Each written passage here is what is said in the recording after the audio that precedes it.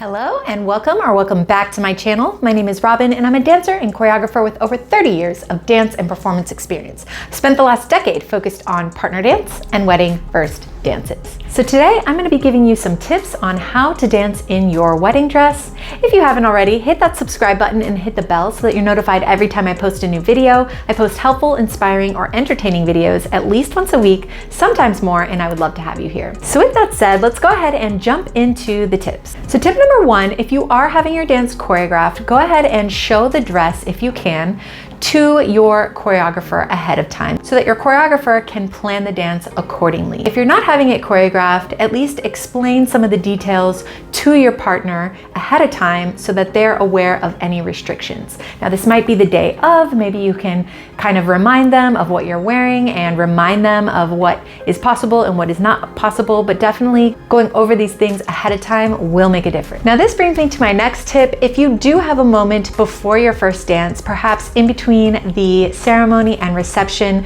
maybe during your photos, if you can have a moment with your partner to just go over some of the moves, that would be ideal. I know there's a lot going on, but you do want to be comfortable during your first dance when all eyes are on you. So make sure you just take a second and go over those moves in the dress. Now for my next tip, if you have a super long train, something that you can do is get the dress bustled, and that is when the train is actually pulled up and pinned so that the dress becomes a little bit shorter during the reception. So if you are wearing the exact same dress for the ceremony that you are for your first dance, I would definitely recommend getting that train bustled. Now for my next tip, something that we worry about a lot when we're wearing a long dress is that we'll actually step on it or that our partner will step on it. So something that you want to practice beforehand is actually sliding or gliding your feet instead of actually picking up your foot and taking a step forward that way. So whatever your choreography is, you can adjust it so that your feet are a little bit more glidey on the floor rather than picking up your feet every time. The same tip applies for your partner. If your partner is picking up their feet every time and taking big steps, then there is a possibility that they could step on your dress. But if they are also gliding their feet,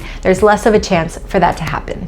For the next tip, if your dress is super poofy and you're worried about any turns or anything like that, you can always pick up the dress with your hand and kind of give it a lift off the floor and bring it with you during your turns. This is definitely something you want to think about ahead of time if needed. I did have a couple do this on their own one time because I didn't exactly know how poofy this dress was going to be, but it worked out great. She just took a moment, picked up her dress, and she was able to do her final twirl into her dip perfectly.